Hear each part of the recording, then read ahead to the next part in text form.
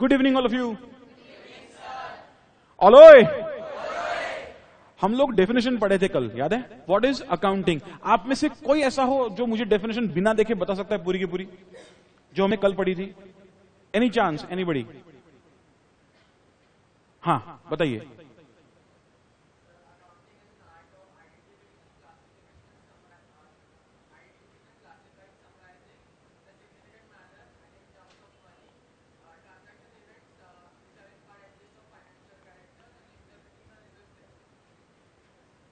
Good, सिर्फ एक word आपने गलत बोल दिया, बाकी बेहतरीन। Good hand for him. Definition किन्होंने दिया? What is that? वंडरफुल। और आपने बहुत कंजूसी की ताली बजाने में, एक जोरदार ताली होना चाहिए इसके लिए। Wonderful. Okay, so according to American Institute of Certified Public Accountants, accounting is an art of recording, record करना है, recording, classifying, summarizing in a significant manner transactions and events which are in part at least of a financial character, बराबर है, and interpreting results thereof। ये हमारी definition है। ये definition का पुर्जा पुर्जा याद हो गया? मतलब समझ में आ गया? कोई वर्ड्स में, कोई क्लॉज में डाउट है तो पूछ सकते हो। You are free to ask me doubts, right?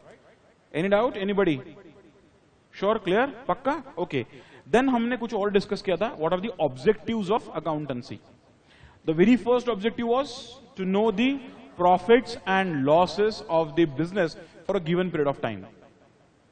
To know the profits and losses of the business for the given period of time. दूसरा, to know the financial position by comparing assets and liabilities at any point of time। ये क्यों करना पता चल गया? कल क्या हुआ था? चाइल्ड लेबर हुआ था ना? तो वो गड़बड़ क्यों हुई थी कि हमारे पास जितने रिसोर्सेस है उससे ज्यादा हमने अप्लाई कर दिए। तो भाई हमारे असेट्स और लायबिलिटी का जो बैलेंस है हमेशा इक्वल होना चाहिए। मतलब मेरे पास जितनी वेल्थ है उससे ज्यादा मैं अप्लाई नहीं करूंगा। You understand this? That was our second objective. Any doubt in both the objectives? Clear? Okay. Third, capital intact in the business. भाई हमारा कैपिटल किसको कहते हैं मालूम है क्या? Owners funds. Capital is called as owners fund. हमारा कितना पैसा बिजनेस में लगा हुआ है ये देखना जरूरी है। क्यों? Why so? Anybody? हमारा कितना पैसा लगा है हम ही जानेंगे, ऐसा क्यों भाई? Why it is so? हाँ जी,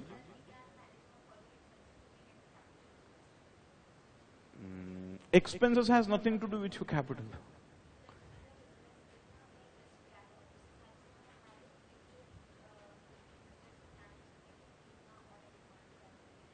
नहीं, उसके लिए आपको सिर्फ आपको असेट साइड देखना है, वेल्थ देखना है, और कुछ नहीं देखना है। और कुछ? Try to answer, no problem. Capital और प्रॉफिट्स का क्या लेना देना है? पैसा हमने कितना इन्वेस्ट किया? Okay, he mean to say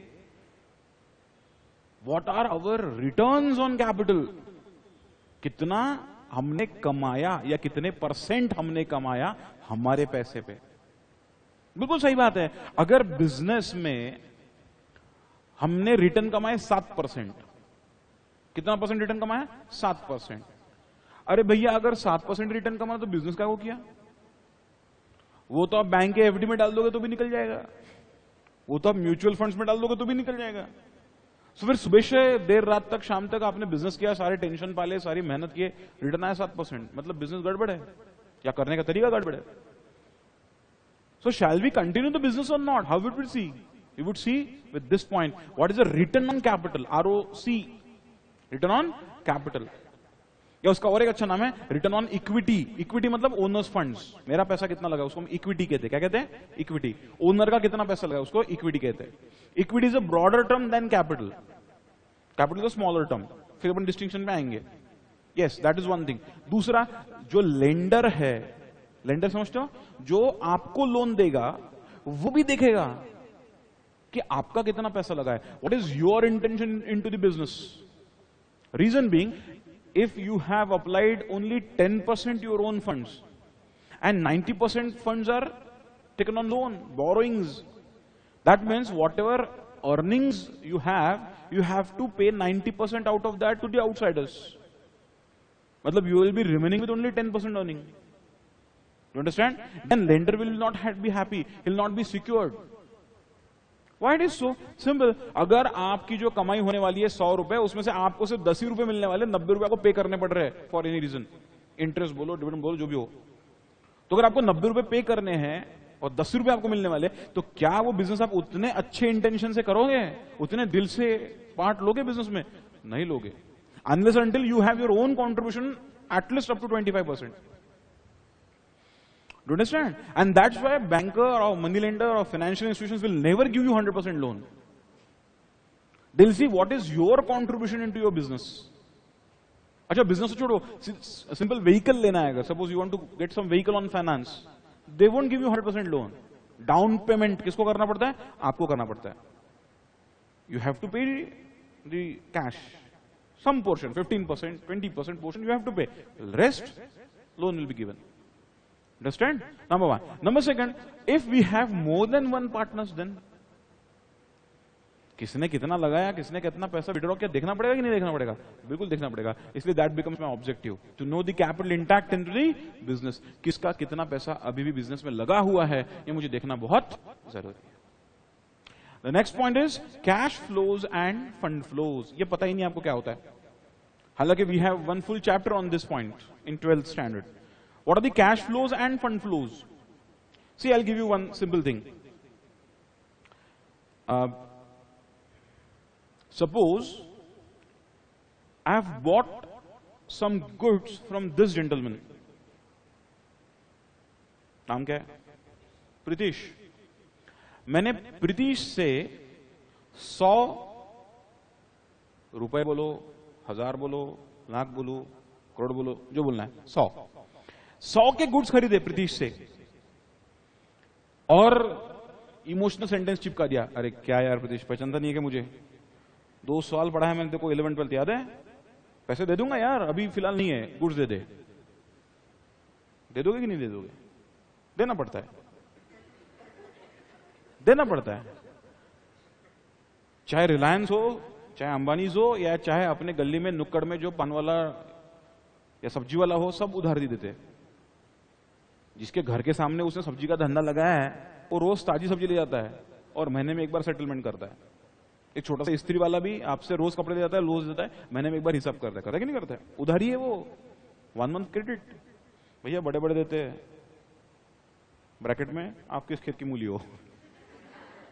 सो उधारी दोगे नहीं दोगे? दोगे. क्रेडिटेबिलिटी भैया हमारी. तो इनसे उधारी में लिया 100 के गुड्स, सामने आए बेचने के लिए. इनको बेचने गए, नाम क्या है? इशिका. इशिका को बेचने गए, इशिका ने वही इमोशनल चक्कर मुझे चिपका दिया. अरे सर पहचानते नहीं क्या, 2 साल बड़ी हूं आपसे, आज पैसे नहीं है, बाद में दे दूंगी. बोला ठीक है. पूछते गुड्स कितने के? मतलब 150 के. बेच दिए. All right. सो मैंने परचेज किए गुड्स 100 के और सेल किए 150 में. लेकिन परचेज भी उधारी में किया और सेल भी उधारी में किया. ना रोकड़ा आया ना रोकड़ा गया. नो मनी पूछे ना कुनी. तो भैया मेरा पॉइंट ये कि प्रॉफिट कितना हुआ? What is my profit? पैसा आया ही नहीं कुछ. प्रॉफिट कितना हुआ? सोचो, मैंने इनसे गुड्स लिए, भले वो 100 के, कोई पैसे नहीं दिए, और मैंने इनको गुड्स बेच दिए, गुड्स भी गए और कोई पैसे नहीं आए. तो प्रॉफिट कितना हुआ?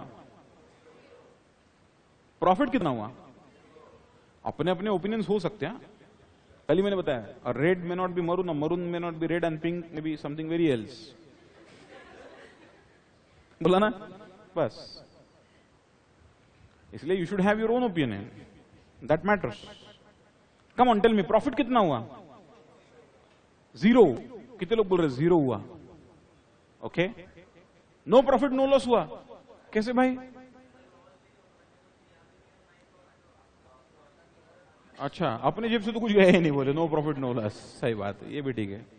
All right, all right, all right, all right. और कुछ कोई आंसर और देना चाहता है? जीरो प्रॉफिट मतलब नो प्रॉफिट नो लॉस ना बॉस। प्रॉफिट नहीं हुआ, नील हुआ, ऐसा आपका कहना है। Profit is nil, fine. Anything else, any answer? Profit हुआ? प्रॉफिट दिख रहा है आपको? किधर दिख रहा है भाऊ? फ्यूचर, फ्यूचर का फ्यूचर में देखेंगे, जब मरेंगे सासू तब निकलेंगे आंसू।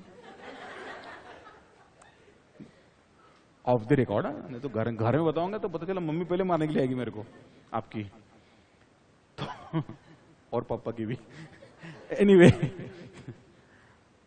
तो बात ये, फ्यूचर तो बाद में देखेंगे भाई, अभी क्या है? अभी प्रॉफिट हुआ है क्या? लॉस हुआ है? मेरे जेब से क्या गया? फिर प्रॉफिट हुआ है कि नहीं हुआ है? प्रॉफिट हुआ कि नहीं हुआ? चलो कितने लोग बोलते प्रॉफिट नहीं हुआ? हाथ खड़े करो। कितने लोग कहते प्रॉफिट हुआ? हाथ खड़े करो। 1 2 3 4 5 6 कुछ तो है, 6 सूझे भैया? प्रॉफिट कैसे हुआ?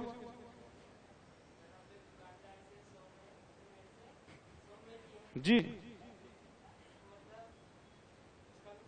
आपको क्या मिला? तंबूरा? That's not correct.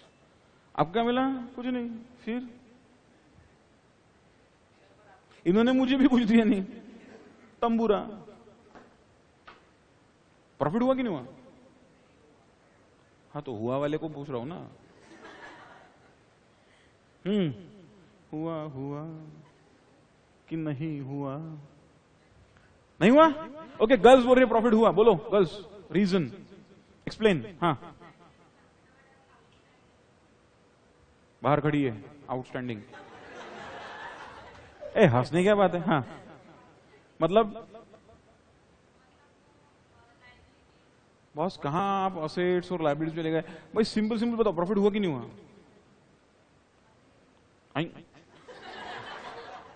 तो कब होगा? अभी नहीं हुआ। मैं अभी की बात कर रहा हूं दोस्त, मैं अभी की बात कर रहा हूं ना। ये फ्यूचर बोल रहे हैं, आप भी बोल रहे हैं अभी नहीं हुआ, तो कब होगा? प्यार तो होना ही था, वो ठीक है बॉलीवुड में, इधर नहीं। प्रॉफिट तो कैसा? आगे next, any argument?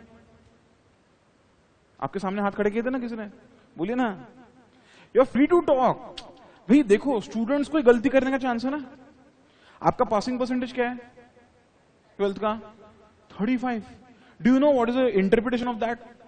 Means board कहता है पूरे पेपर में 65% गलत करो फिर भी आपको पास करेंगे। 65% गलत करो फिर भी पास करेंगे, बोर्ड कह रहा है ना। 35% पासिंग का ये मतलब हुआ। Is this chance given to me? Syllabus में से 65% सिलेबस गलत पढ़ाऊंगा, बाकी सब ठीक है। एम आई पास? घर बैठना पड़ेगा मुझे, सही है? सो ये गलत बोलने का चॉइस और चांस सिर्फ आपको है और किसी को नहीं है। डॉक्टर बोलेगा आधा हार्ट मैंने सही सर्जरी किया, आधा हार्ट गलत कर दिया है, 35% पासिंग है, चलेगा क्या? नहीं। आर्किटेक्ट बोलेगा आधा पुल सही बनाया, आधा पुल गलत बनाया, अभी गिर जाएंगे ना धड़ाम से, है ना। बोले रास्ता इधर से जा रहा लेकिन इधर वाला इधर मैच नहीं हो रहा, इधर जंप मारने का बोले, कोई जाने का, ऐसा कैसा होगा? तो ये चॉइस है स्टूडेंट्स को है कि वो कुछ भी बोल सकते हैं, गलत भी चलेगा। और मुझे तो आपके डब्बे खोलने हैं, जो दिमाग के डब्बे है वो खोलने हैं, है ना। गुड, बोलो पॉइंट क्या है? Yes girl. हुआ है लेकिन मिलने का है। ओके, कोई तो है लेकिन मिलने का है, ठीक है। Profit profit profit. Yes girl, कैसे? कहां है, दिखाओ।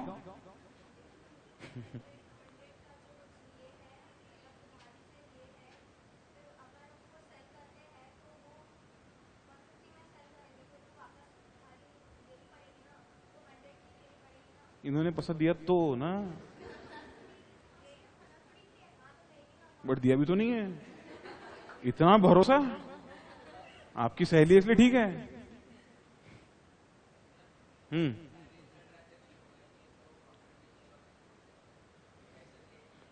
कौन से गोला से आए हो भाई? पी के है क्या?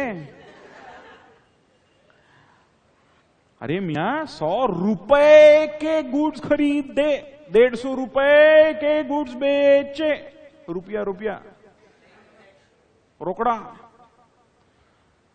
फाइनेंशियल ट्रांजैक्शन है. You can ascertain the goods having the value 100 for me and 150 for हर.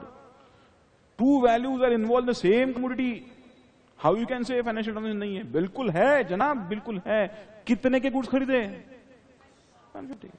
मैंने कितने खरीदे, कितने के बेचे? 100 के. इन्होंने 100 के बेचे ना, फिर दोनों के लिए वैल्यू है ना कि नहीं है? मेरे लिए भी है अगर मिली तो. Good good good good. दिमाग में मंथन चालू है, चले दो. तो प्रॉफिट कैसे हुआ? लेकिन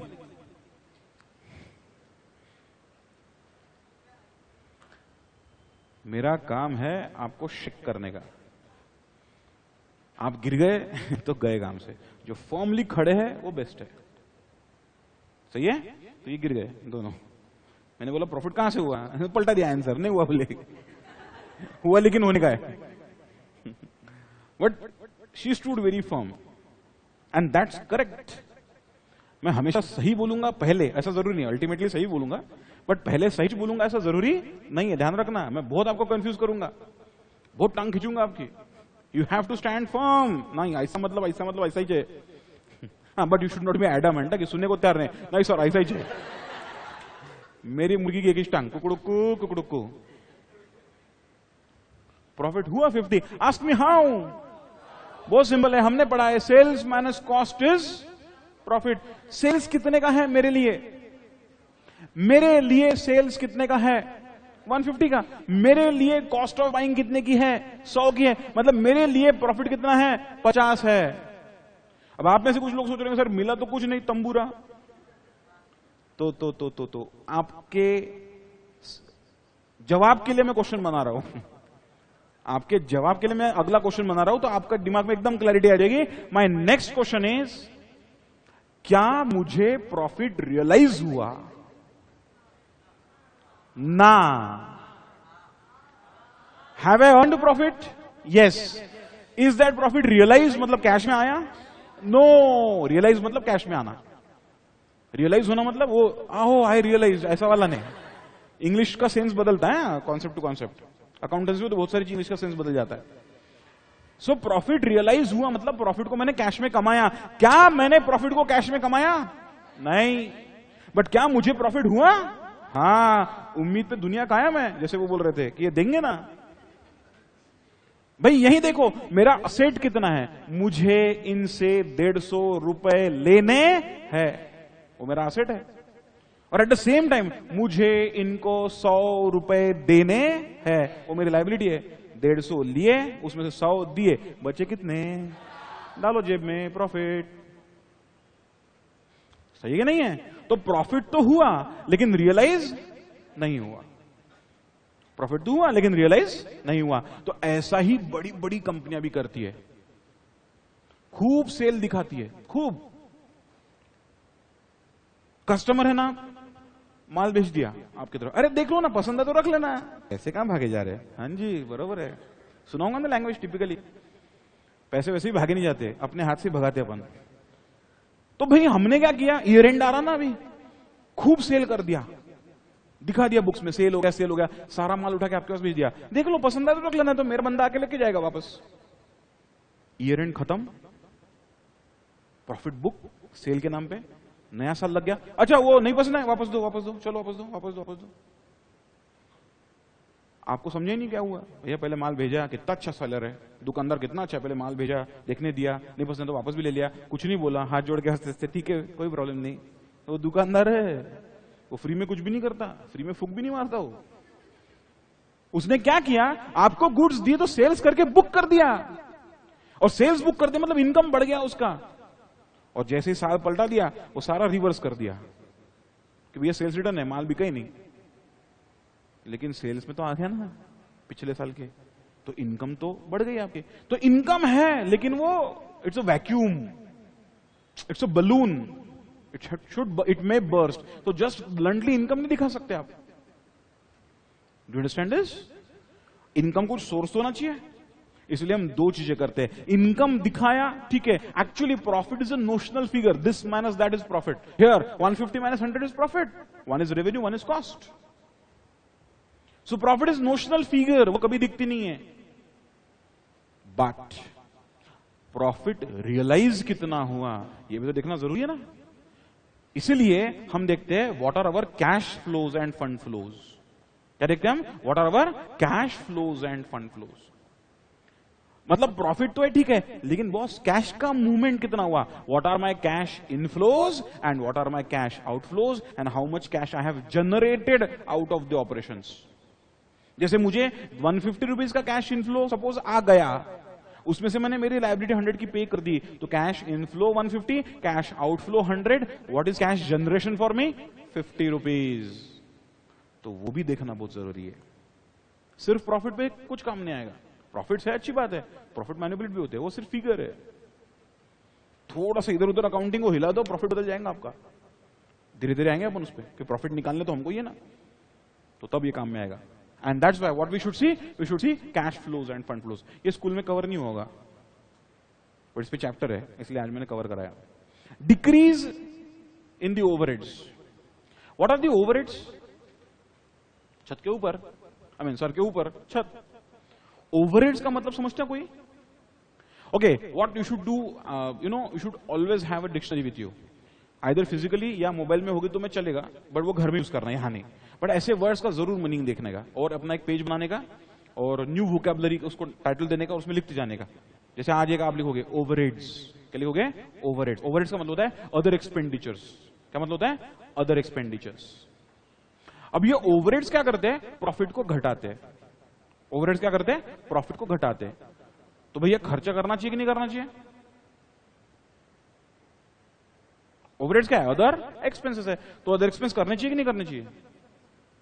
करने चाहिए कि नहीं करने चाहिए? करने चाहिए कि नहीं करने चाहिए? देखो, depends what are expenses and what are overheads. इस पे थोड़ा अपने को क्लैरिटी लाना पड़ेगा। एक चीज होती है एक्सपेंस, एक चीज होती है ओवरहेड्स। अब एक्सपेंस क्या है और ओवरहेड्स क्या है, ये हमको समझना पड़ेगा। एक भैया है हमारे, रामू काका, टन टनाटन रामू काका। ये रामू काका बोलते हैं यार बिजनेस में प्रॉफिट नहीं हो रहा है ढंग से यार। इनका बिजनेस क्या है? दूध बेचने का। मिल्कमैन ही इज, होलसेल में खरीदता है, घर का रिटेल में बेचता है। इनका प्रॉफिट नहीं हो रहा है, इनका क्लेम है। तो ये जनाब, नाम बताओ, रुनय। ये रुनय जो है बोले काका क्यों नहीं हो रहा प्रॉफिट? मैं अभी कॉमर्स में आया हूं, मैं बताऊंगा प्रॉफिट क्यों नहीं हो रहा। खर्चे कम करो, इनकम बढ़ती है। अच्छा बोले बेटा कैसे बताओ? तो उसने एनालाइज किया कि भाई सेल है, सेल ऑफ मिल्क वो होता है सपोज 10,000 रुपए, फिर लेस खर्चे, एक्सपेंसेस। एक्सपेंसेस में पहला बाइंग ऑफ मिल्क, मतलब परचेस ऑफ मिल्क। और परचेस ऑफ मिल्क जो है वो है 7,000 रुपए का। बाप रे।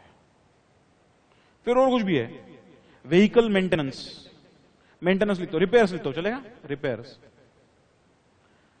रिपेयर्स का खर्चा आता है इनको 200 रुपए। फिर और एक है टेलीफोन चार्जेस, मोबाइल चार्जेस, वो है 2,000 रुपए। एंड टोटल 10,000 रेवेन्यू है, ए फिगर, और 7 और 2 9,200 बी फिगर क्या है? खर्चे। देयरफॉर प्रॉफिट मात्र 800 रुपए। प्रॉफिट मात्र 800 रुपए। ये स्टेटमेंट बनाया रुने ने, यहां काका बराबर है, 10,000 में सिर्फ 800 प्रॉफिट हो रहा है, ठीक नहीं है? क्या करना चाहिए? खर्चे को हटाना चाहिए। रूने ने बोल दिया आपका सबसे बड़ा खर्चा है मिल्क का, कल से मिल्क परचेस करने का नहीं।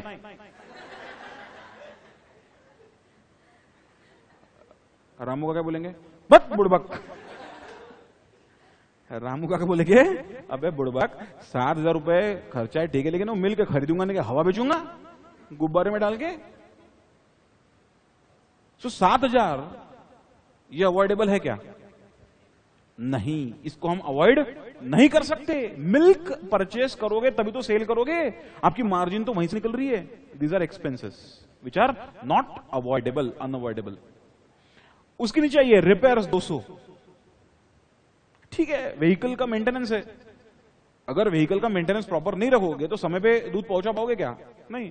और किसी दिन डिले हो गया, दूध खराब हो गया, या सामने वाले ने मना किया इतना लेट हम नहीं लेंगे, तो भैया तो धंधे में नुकसान है। And do you find it is unreasonable? No. अच्छा, रिपेयर्स नहीं किए तो दूध का बिजनेस नहीं हो सकता रामू काका का, इज इट सो? ऐसा भी नहीं है। मतलब इसको हम ओवरहेड्स कहते हैं। ये एक्सपेंस हो गए, ये ओवरहेड्स हो गए। क्या हो गए ये? ओवरहेड्स। टेलीफोन चार्जेस 2,000 रुपए। रामू काका शादीशुदा है कि नहीं हुए? समझ रहे हो ट्यूबलाइट्स? भैया 2,000 रुपए अंबानी जी ने सबको फुकट दिया है। 150 रुपए महीना पे चलता है सारा काम, तुमको 2,000 बिल कहां से आ रहा है? तो बोले नहीं, हमारा एक भाई है ना। अच्छा, तो हम उसको बात करता है। किधर करता है? किधर करता है? कनेडा में करता है। अरे बाप रे, कनेडा में एकदम भाई, कनेडा में। कनेडा कहां है? Canada, Canada. कनेडा बोलते तो कनाडा। अरे भैया वो आपका पर्सनल खर्चा है, उसको इसमें मत डालो आप। एग्जैक्टली, इंटरनेशनल कॉलिंग है। व्हाट्सएप कॉल करने का, दूध वाले का अंकल व्हाट्सएप सीखो, फुकट में होएगा। 150 रुपए के जियो के में व्हाट्सएप भी चलेगा। ये 2,000 रुपए लग रहे आईएसडी कॉल। क्या ये अवॉइड हो सकते हैं? हाँ, कनेडा में भाई है हमारा, है तो है व्हाट्सएप कॉल। काका समझो, मतलब आर दे अवॉइडेबल और not? Yes, this expenditure can be minimise to may be 150 rupees per month, और नो। और अगर ये 150 पे आ गया, चलो राउंड अबाउट 200 बोल दो, सर्विस टैक्स जीएसटी मिला के 200 रुपए, तो भैया तो भी हमारे खर्चे 200 200 400 7,400 पे आ जाएंगे। एंड 10,000 में से 7,400 खर्चे हो गए, मतलब प्रॉफिट स्ट्रेट अवे 2,000। वंडरफुल। किसने समझाया ये सब? रूने ने। कैसे समझाया ये सब? अकाउंटेंसी की वजह से। Because he has to understand what are expenses and what are overheads. रूने बोल सकता क्या वो कल से मिल्क नहीं खरीदने का, बहुत खर्चा होता, 7,000 रुपया बेचेगा क्या रे फिर पानी? तो those are not expenses, those are not overheads, those are expenses. Expenses अच्छे हैं, जैसे दाग अच्छे हैं, एक्सपेंस भी अच्छे हैं। ओवरहेड्स क्या कर रहे हैं? प्रॉफिटेबिलिटी को श्रिंक कर रहे हैं। अब ओवरहेड्स जितने आप कम करोगे उतना आपका प्रॉफिटेबिलिटी बढ़ेगा। तो ओवरहेड्स पता कहां से चलेंगे? अकाउंटेंसी में से। ओवरहेड्स पता कहां से चलेंगे? अकाउंटेंसी। इसलिए वहां पे लिखा है to know the decrease in the overheads. क्या क्या ओवरहेड्स हम कम कर सकते हैं वो हम देखेंगे। That is what is our point, to know the decrease in the overheads. पहला, टू नो दी, बोलो बोलो बोलो, एनर्जी कम नहीं होना चाहिए। तो पहला, profit and losses of the business. दूसरा, तीसरा, कैपिटल। चौथा, इतने पूरे क्लियर है? पांचवा, to decrease in the overheads. And last, decision making. भाई ये सारे का डिसीजन लेने के लिए एक एविडेंस तो लगेगा, एक बेसिस तो लगेगा। आप कैसे बोल रहे हो उसको कि आपके टेलीफोन के खर्चे बहुत ज्यादा और आपकी प्रॉफिटेबिलिटी खा गए? When you have shown him the calculations and you have given him the alternative, don't do this, don't do ISD call, go for WhatsApp call. तो ये सारे डिसीजंस कैसे होंगे? Because of accountancy. तो अकाउंटेंसी पे basis जब आएगा तब हम डिसीजन ले पाएंगे, इसलिए भी अकाउंटेंसी बहुत जरूरी है। जितने फाइनेंशियल डिसीजन है आपके, आप ले सकते हो on the basis of accountancy. Do you understand? Sure? Clear? So that is it. छाप लो।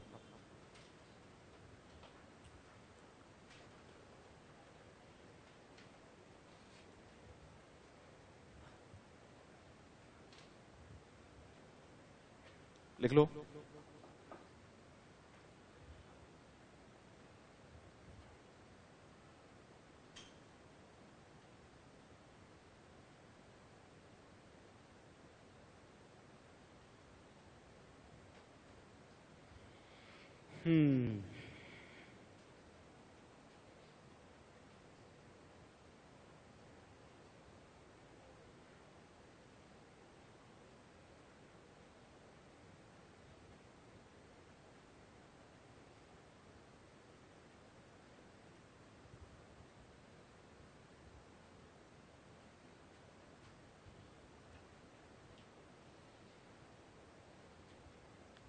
लिख लिया?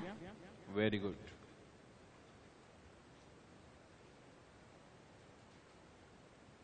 चले आगे. Okay, next point. ये लिखने लायक नहीं है, सिर्फ समझने लायक है. Evaluation of accountancy. Somebody should read. Come on, go ahead. Who will read? Anyone? Come on, go ahead. पढ़िए.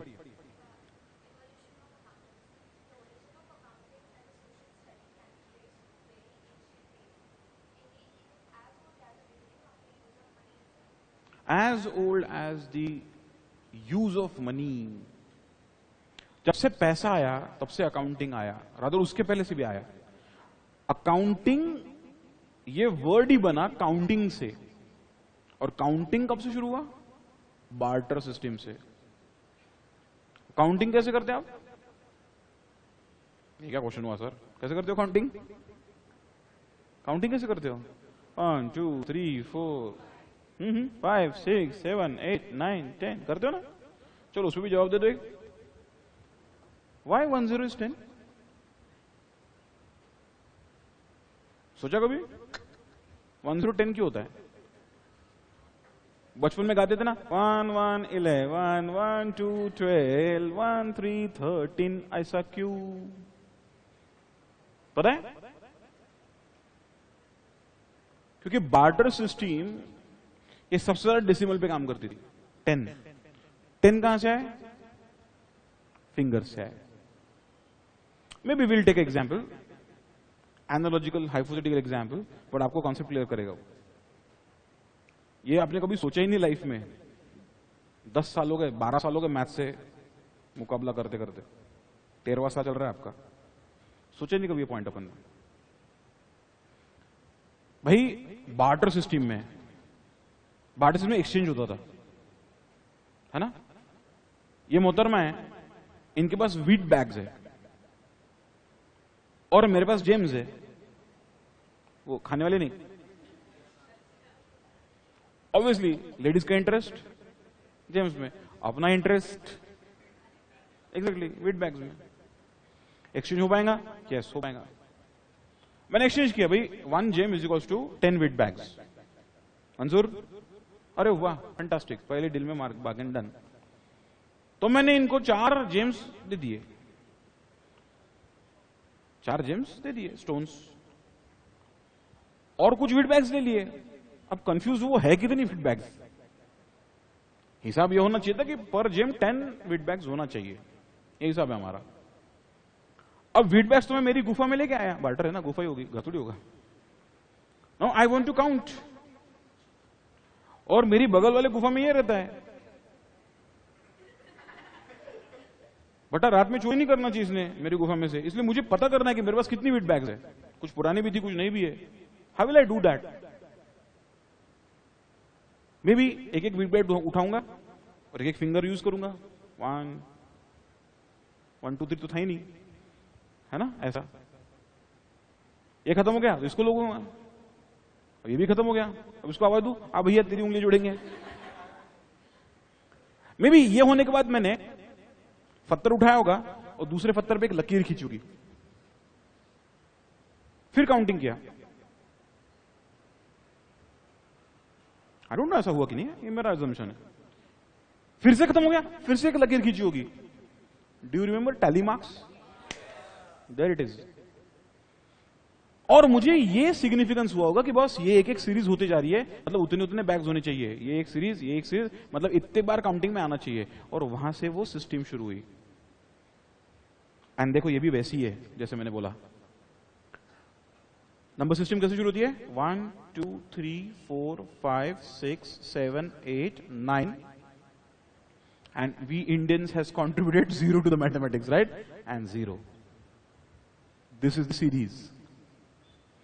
And this series is one time complete, hence it is 10. Amazing? The entire series is one time finish, hence it is 10. And now we are restarting with the series. We are restarting with the series, hence we say one time complete 1, one time complete 2, one time complete 3, one time complete 9. Series restarted. And now the series is twice complete. Now the series is twice complete. Hence we say 2020. समझ में बात? पक्का? And then so on. बताओ, हमको ये भी नहीं मालूम था कि 1010 inch क्यों होता है. The entire series is over one time. Hence we say one time finish and then restarted. That's the logic, guys. तो ये काउंटिंग हुआ, फिर ये काउंटिंग का प्रिजर्वेशन की बात आई, वो स्क्रैच मार के रखना पत्थर पे, कैलकुलेशन करके रखना, और वहां से धीरे धीरे अकाउंटिंग जो है वो डेवलप हुई. पढ़िए आगे. एग्जिस्टेड है, कुछ कुछ ट्रेसेस है कहीं कहीं. क्या बोलते हैं उसको, शीला लेक बोलते हैं ना, शीला पे कुछ कुछ कुरेजा हुआ है. आगे मालूम है क्या कौन है? आचार्य चाणक्य. मालूम है ना? हाँ, वो वही है.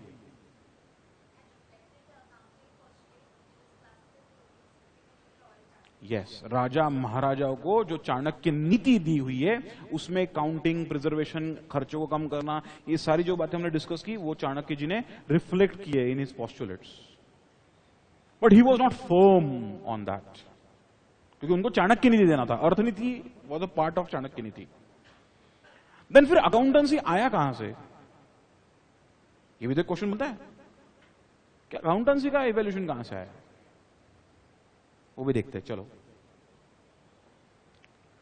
The modern system of accounting which is based on double entry book keeping, ये कॉन्सेप्ट आया double entry book keeping, originated in the 15th century and is attributable to the multi-talented Italian mathematician and philosopher of Venice. Venice कहाँ है?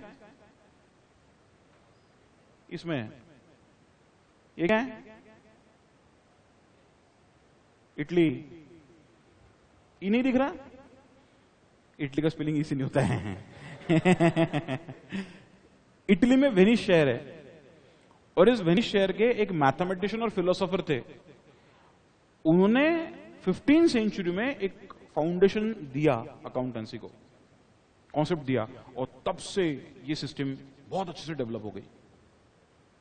जानना चाहोगे ना वो कौन है? ऑब्वियसली मैं तो नहीं हूं, बट फिर भी कौन होंगे? किसी को पता है? किसी स्कूल में नहीं पता है? Because we call him father of accountancy. जो इंसान है ये अकाउंटेंसी के जनक है, father of accountancy. And he is ना ना ना ना ना ना ना मुन्ना ना, कहां एडम स्मिथ? नहीं नहीं नहीं, ही इज मैथमेटिशियन, वहां लिखा है, and philosopher. And he is sir Fra Luca Pacioli, या पैक्योली. कोई पैसियोली बोलता है, कोई पैक्योली बोलता है.